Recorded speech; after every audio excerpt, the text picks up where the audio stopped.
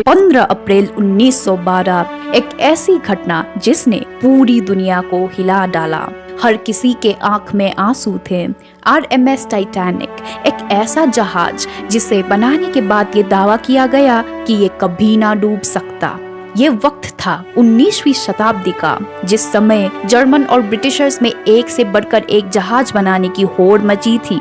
और इस होड़ में सबसे आगे थी ब्रिटेन की सरकार, जिसने एक ऐसा जहाज बनाया जो काफी बड़ा और आलीशान महल की तरह दिखाई दी। इस जहाज को बनाने का काम सौंपा गया व्हाइट स्टार लाइन कंपनी को। इस कंपनी ने 31 मार्च 1909 में नॉर्थ आयरलैंड की बेलफास्ट में टाइटैनिक का निर्माण शुरू किया। 3 साल की कड़ी मेहनत के बाद 15,000 इंजीनियर्स और कारीगरों ने आखिर बना ही दिया पानी में चलता फिरता ताजमहल। टाइटैनिक अंदर से काफी लग्जरियस और आलीशान था। इसमें 2 बड़े बड़े ग्रैंड स्टेयरकेस थे, एक heated swimming pool, Turkish bath, electric bath, एक जिम, 4 रेस्टोरेंट्स, एक लाइब्रेरी और आलीशान दिखने वाले फर्स्ट क्लास, सेकेंड क्लास और थर्ड क्लास अपार्टमेंट्स। इस जहाज को बनाने में उस समय $7.5 मिलियन यानी आज के समय $400 मिलियन का खर्च आया था। इस जहाज को 16 अलग अलग कंपार्टमेंट्स में बनाया गया था जो पूरी तरह से वाटर टाइट थे और इसी वजह से टाइटैनिक को अनसिंकेबल कहा जाता था। इस जहाज में बड़े बड़े ऑफिसर्स, बिजनेसमैन थे और इसमें मौजूद थे बहुत सारे इमिग्रेंट्स जो अपने सपनों को सच करने अमेरिका जा रहे थे। इस जहाज को बनाने वाली कंपनी ने पब्लिकली दुनिया भर में ये ऐलान कर दिया था कि ये जहाज अनसिंकेबल है, ये जहाज कभी नहीं डूब सकता। 2 अप्रैल 1912 को टाइटैनिक बनकर तैयार हो चुका था। बाहर से इतना सुंदर दिखने वाला टाइटैनिक अंदर से और भी खूबसूरत था और टाइटैनिक की पहली यात्रा को लेकर लोग काफी रोमांचित थे। और 10 अप्रैल 1912 को टाइटैनिक इंग्लैंड से न्यूयॉर्क की ओर निकल पड़ा, जिसमें सवार थे 920 यात्री। इसके बाद साउथहैम्पटन से रवाना होकर 42 किलोमीटर प्रति घंटे की रफ्तार से फ्रांस पहुंचकर 274 यात्रियों को लेकर टाइटैनिक क्वीन टाउन आयरलैंड पहुंचता है और यहाँ से भी 123 यात्रियों को लेकर टाइटैनिक रवाना होता है न्यूयॉर्क के लिए। 1317 पैसेंजर्स और 907 क्रू मेंबर्स को मिलाकर कुल 2224 लोग से भरा ये जहाज जा रहा था अपनी अंतिम यात्रा की ओर। 12 अप्रैल 1912 को टाइटैनिक जब आयरलैंड से निकला तभी से टाइटैनिक को उसके रास्ते में मौजूद आइसबर्ग की पहली वार्निंग दे दी गई थी। लेकिन टाइटैनिक अटलांटिक ओशन से गुजरते हुए बेखौफ 40 किलोमीटर प्रति घंटे की रफ्तार से अमेरिका की ओर बढ़ने लगता है। इन वार्निंग्स मिलने के बाद टाइटैनिक अपने रूट को बदलता है लेकिन स्पीड को कम नहीं करता। अब इसके 2 दिन बाद 14 अप्रैल 1912 को 7 और आइस वार्निंग दे दी जाती है टाइटैनिक को, लेकिन जहाज के कप्तान एडवर्ड जॉन स्मिथ इन वार्निंग को इग्नोर कर देते हैं और जहाज की रफ्तार को कम नहीं करते हैं और टाइटैनिक अपनी फुल स्पीड में अटलांटिक ओशन के ठंडे पानी में समुद्र को चीरते हुए आगे बढ़ रहा था। सूरज ढल जाता है और रात हो जाती है। कैप्टन एडवर्ड स्मिथ को 6 चेतावनी संदेश अन्य जहाजों से दिए जा चुके थे। अब इन चेतावनियों को ध्यान में रखते हुए 14 अप्रैल को दोपहर 2 बजे कैप्टन स्मिथ ने व्हाइट स्टार लाइन के चेयरमैन और मैनेजिंग डायरेक्टर जोसेफ ब्रूस को आइस वार्निंग के बारे में बताया, लेकिन जोसेफ ब्रूस ने कैप्टन स्मिथ पर प्रेशर बनाए रखा कि टाइटैनिक की स्पीड को धीरे नहीं करना है, क्योंकि वो चाहते थे कि उनकी कंपनी का ये जहाज मात्र 6 दिन में अपनी यात्रा पूरी करके एक रिकॉर्ड कायम कर सके। 10 अप्रैल की उस भयानक रात ने भी अब एक भयानक रूप ले लिया था। उस रात आसमान में चांद नहीं था। कैप्टन स्मिथ को कहीं ना कहीं जहाज की सेफ्टी की चिंता थी, इसलिए कैप्टन स्मिथ ने 14 अप्रैल की अंधेरी रात को सुरक्षा बरतने के लिए जहाज के 2 क्रू मेंबर्स फेडरिक फ्लीट और रेगनॉर ली को जहाज के क्रो नेस्ट पॉइंट पर तैनात कर दिया, समंदर पार निगरानी रखने के लिए, ताकि वो किसी भी खतरे की जानकारी तुरंत कैप्टन को दे सके। उस अंधेरी रात में समंदर का ठंडा पानी, टाइटैनिक और आसमान में तारे मौजूद थे जो शायद इस घटना को देख रहे थे। अचानक 11:39 पर फ्रेडरिक फ्लीट ने जहाज के सामने एक बड़ा सा काला पहाड़ देखा। उसे बर्फ की चट्टान नहीं दिखी, लेकिन फिर भी फ्रेडरिक तुरंत समझ गया कि उनके रास्ते में साक्षात मौत खड़ी थी, यानी आइसबर्ग। ये देखकर फ्रेडरिक ने 3 बार घंटा बजा दिया और फिर तुरंत फोन करके खबर दी, हेलो सर, बर्फ की एक चट्टान हमारे बिल्कुल सामने है। सभी अफसर जहाजों को मोड़ने की कोशिश करने लगे, लेकिन अचानक अरफा-तफरी में जहाज को लेफ्ट की जगह राइट में मोड़ दिया गया, जिस वजह से टाइटैनिक आइसबर्ग से दूर जाने की वजह उसके और करीब आ गया। और इसी वजह से 11:40 पर उस बड़े आइसबर्ग ने जहाज के निचले हिस्से को चीर कर रख दिया।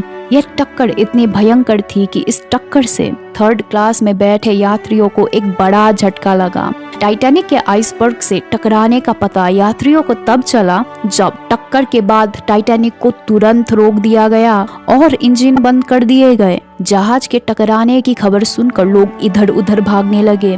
हड़बड़ी मच गई, चारों तरफ खौफनाक मंजर हो गया। लेकिन इन खौफनाक मंजर में कुछ लोग अभी भी नहीं डरे थे, क्योंकि उन्हें अभी भी ये विश्वास था कि टाइटैनिक अनसिंकेबल जहाज है। लेकिन कैप्टन स्मिथ का भ्रम टूट चुका था और टाइटैनिक के आइसबर्ग से टकराने के 20 मिनट बाद रात के 12 बजे कैप्टन स्मिथ ऑर्डर करते हैं कि तुरंत रेडियो पर डिस्ट्रेस कॉल भेजो, ताकि आसपास मौजूद जहाज हमारे सिग्नल को पकड़ ले और हमें बचा ले। सीनियर ऑपरेटर जैक फिलिप लगातार एक के बाद एक डिस्ट्रेस सिग्नल भेजते रहे, लेकिन अगले 20 मिनट तक कोई रेस्पॉन्स नहीं आता। सब घबरा जाते हैं, पर कुछ ही देर में आरएमएस कार्पेथिया जहाज जो टाइटैनिक के पास मौजूद था वो इस सिग्नल को पकड़ लेता है। लेकिन आरएमएस कार्पेथिया टाइटैनिक से काफी दूर 107 किलोमीटर की दूरी पर मौजूद था और अपनी टॉप स्पीड से चलने पर भी इस जहाज को टाइटैनिक तक पहुंचने में 3.5 घंटे लग जाते। वहीं टाइटैनिक पर आइसबर्ग से टक्कर की वजह से निचले कंपार्टमेंट्स में पानी भरने लग गया। इस वजह से 3rd क्लास में बैठे पैसेंजर्स ऊपर की ओर भागने लगे। ये सब देखकर टाइटैनिक के डिजाइनर थॉमस एंड्रयूज ने कैप्टन को बताया जल्दी से लाइफ बोट्स को निकाल लिया जाए, क्योंकि जहाज के 5 कंपार्टमेंट में पानी भर चुका है और थोड़ी देर में पानी डेक के ऊपर से बहते हुए सारे कंपार्टमेंट्स में भर जाएगा। लेकिन उस समय टाइटैनिक पर केवल 20 ही लाइफ बोट मौजूद थे और इनमें 65 यात्री ही बैठ सकते थे, जबकि जहाज पर कुल 2224 लोग थे। लाइफ बोट पे बैठने के लिए औरतों और बच्चों को पहले प्रायोरिटी दी गई, लेकिन अरफा-तफरी और घबराहट के माहौल पे अपनी जान बचाने के लिए लोग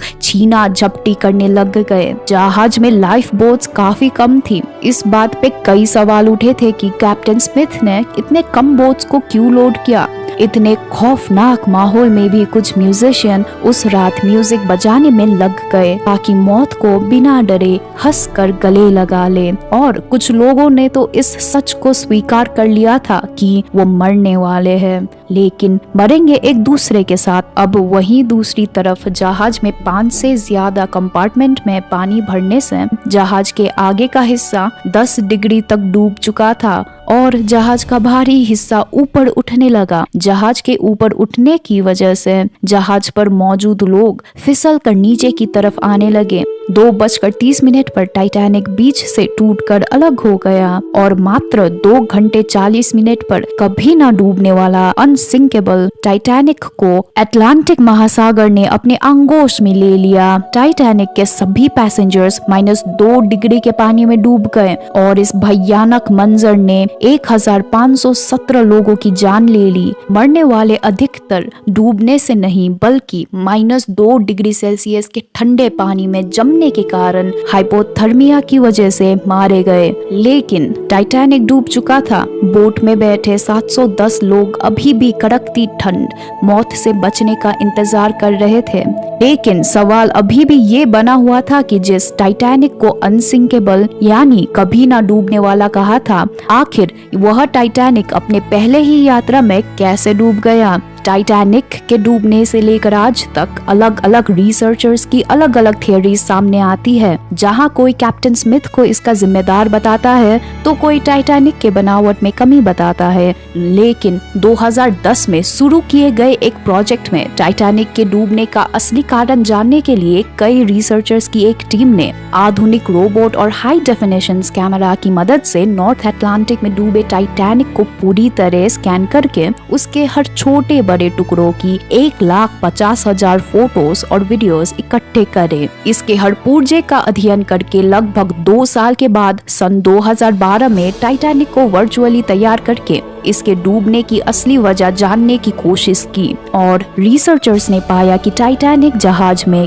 कहीं कोई कमी नहीं थी, बल्कि रिसर्च में पाया गया कि टाइटैनिक के डूबने की असली वजह कुछ और नहीं बल्कि उसकी तेज रफ्तार थी। इतनी तेज रफ्तार से टाइटैनिक आइसबर्ग से टकराया जो कि हजारों टन वजनी थी, जिसका दबाव टाइटैनिक के निचले हिस्से पर पड़ा और इस निचले हिस्से की चीरफाड़ हो गई, जिस वजह से कंपार्टमेंट में पानी भर गया और जहाज डूब गया। टाइटैनिक का मलबा आज के समय में कनाडा न्यू फार्मलैंड से करीब 600 किलोमीटर दूर 4 किलोमीटर नीचे गहराई में पड़ा है। समंदर की गहराई में टाइटैनिक को ढूंढने में लगभग 73 सालों का समय लग गया और सन 1985 में टाइटैनिक को ढूंढ लिया गया। 100 साल पूरे होने के बाद इसे पानी के नीचे की धरोहर में शामिल कर लिया गया है और टाइटैनिक अब दुनिया भर के लोगों के लिए आकर्षण का केंद्र बन गया है। और 1912 के बाद में 18 जून 2023 को जब टाइटैनिक को देखने के लिए एक सबमरीन में 5 अरबपति जब इसे देखने गए तो ना जाने क्यों टाइटैनिक के करीब पहुंचते ही अचानक इस सबमरीन में एक भयानक एक्सप्लोजन हो गया और ये 5 लोग भी हमेशा हमेशा के लिए टाइटैनिक के साथ ही अमर हो गए। टाइटैनिक समंदर के नीचे रेस्ट कर रहा है और लगातार टूट रहा है। दुनिया भर के वैज्ञानिकों के अनुसार 2023 तक टाइटैनिक पूरी तरह खत्म हो जाएगा। लेकिन दोस्तों, टाइटैनिक भले ही खत्म हो जाए पर टाइटैनिक की कहानी अमर हो चुकी है और टाइटैनिक की यादों में हम हमेशा गुनगुनाते रहेंगे।